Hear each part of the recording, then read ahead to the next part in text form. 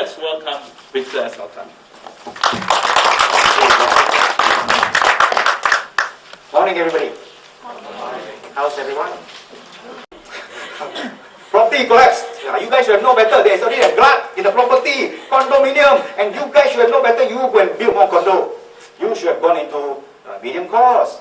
After the fact, then you were nice, tell you. Find out. Where does the value of signal comes from? It must be earlier, isn't it? It must give them time for people to take action. And there are signals. There's no secret. There are signals everywhere. What if you have attitude and education? What if you have attitude and experience? Attitude and qualification? Breakthrough. Right? So none of us, whether you have education or not, none of us should use that as an excuse. If you have education, more so, it can be an advantage. If you don't have, it's not a disadvantage. It can be turned to advantage as well. Right? Just like many of the corporate tycoons have shown. You know, someone has said, something is seriously wrong with the way we run our educational system today. Something is seriously wrong. Everybody is so conservative, is so risk averse. All students get a job. They want to come out and get a job, but they never learn to become entrepreneurs. Why? Okay, let me show you something. The blindfold drive is very interesting. First thing, you know what's interesting? Is things people say cannot be done. Second thing is, it's true. It's a benar. It's not just a cerita dongeng. It's a benar. We'll capture on NTV, TV1, TV2, RTM, News Straits Times, Star, everywhere. In the thick of the recession, nobody has $300,000 to spend on advertisement, publicity, right? This is 1999. Who would have money to want to spend $300,000 on publicity? But we have. Not from our money, all free advertisement. Why? Because our principle is when there are shortages of external resources, we pool resources internally. We become more creative and innovative. So we created this blind challenges. So let me show you. How many of you like to watch a video clip? You think it's good for you? I build that momentum right now.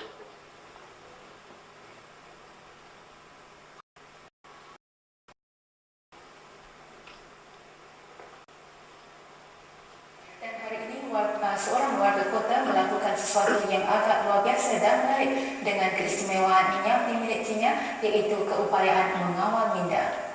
Mereka memandu kereta dengan mata tertutup dari datang mereka ke Suria KLCC tanpa bantuan dari sesiapa. Kita kini berada di Dataran Merdeka dengan S.L.Tan, berjaya atau tidak, dia memandu ke KLCC dengan mata tertutup. Kita ikuti perjalanannya.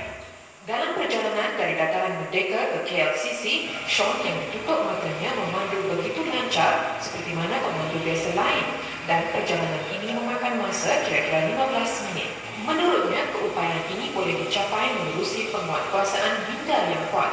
Sebaik saja sampai di KLCC, Sean berjalan menuju ke lift yang kemudiannya membawa dia ke tingkat 4, dan disitulah penutup matanya ditanggalkan. Kain yang saya akan pakai mewakili kegawatan ekonomi yang kita hadapi sekarang. Jadi Suria KLCC ialah destinasi saya.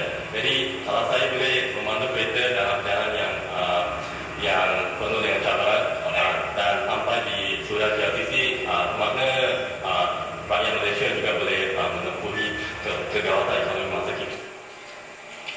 Di mana ada kemakmuran, di situlah ada jalan. Pemkot Warna NTV 7. Suria KLCC, Sean yang memandu sekitar 40 km sejam mengambil masa kira-kira 10 minit untuk tiba di Suria KLCC. Sean berjaya memandu dengan selamat dan yakin tanpa sebarang masalah.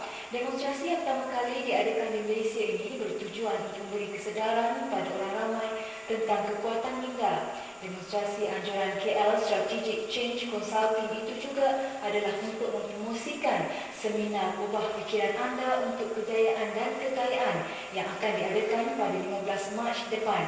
Sebahagian daripada kutipan bayaran menyertai seminar itu pula akan diberikan kepada majlis orang-orang buta kebangsaan. Menurut Sean, kekuatan minda boleh diperolehi dengan latihan dan bukan kebolehan semula jadi. Sean juga menunjukkan kebolehannya berjalan hingga ke tingkat 4 KLCC dengan mata yang tertutup. Okay, let's move forward. Many of you would have realized that as you struggle to do this, I want to take you to stage 2 of this model. In stage 1, we tell them blind spot, assumption, complacency, habits, and attitude. Then you realize that if I have a blind spot, it affects my assumptions. If my assumption is wrong, it might lead me to complacency. I think that market is growing at 10%, but actually market is growing at 12%. I may become complacent. Assumption is wrong. Why not? Because I'm complacent, I tend to do ways in a certain way, easy way. And when the crisis comes, I need to change. I fall into a habit. Why not? And because I have this habit of doing things slowly, procrastinate, I become a negative attitude when things require me to be fast. You see, there is a... And then you can see right across, attitude also affect assumption. Blind spot might also affect habits. So the real world is not as simple as discrete.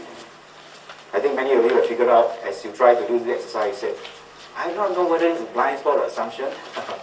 You know, which one becomes more dominant. But what we're saying is that if you look at something that's dominant, blind spot, that you do not know at all, then it's a blind spot. But after the blind spot has affected you in the assumption, and assumption become more dominant, affecting your whole work, then it's the assumption you need to improve. Everyone understand this? Confucius said, making one mistake is the first mistake. Not correcting the mistake is another mistake. We don't want you to happily make a mistake. You must correct it. That means it doesn't happen again. Then it makes sense, doesn't it? You don't want people to misunderstand or happily making mistakes. You know? A friend of mine, also have people misunderstood. Dare to fail. Okay, let's all fail now. Dare to fail. Come on, let's fail. That's great, But that wasn't the purpose, isn't it? Take the risk, you fail, learn from it, try not to repeat that mistake. A lot of people dare to fail and continue to fail. That's not what it is. Ironically, So Chi Wen was one of the students of Billy Lim. So dare to fail, so continue to fail. It works. Let's test this model in the real world. Does it work? When Tiger Woods was invited by Tan Sri Lee Kim Yew to play golf, it was reportedly said Tiger Woods was paid $1 million to play. Now, how many of you play golf here? How many of you would love to be paid $1 million to play golf? Some of you say $10,000 will be fine, thank you. Isn't it? Wow, to play golf, you have to pay money to play golf. This one, people pay you to play golf. Then people ask, why should we pay Tiger $1 million? Because if you don't pay him $1 million, Thailand will pay him $1 million and he plays there.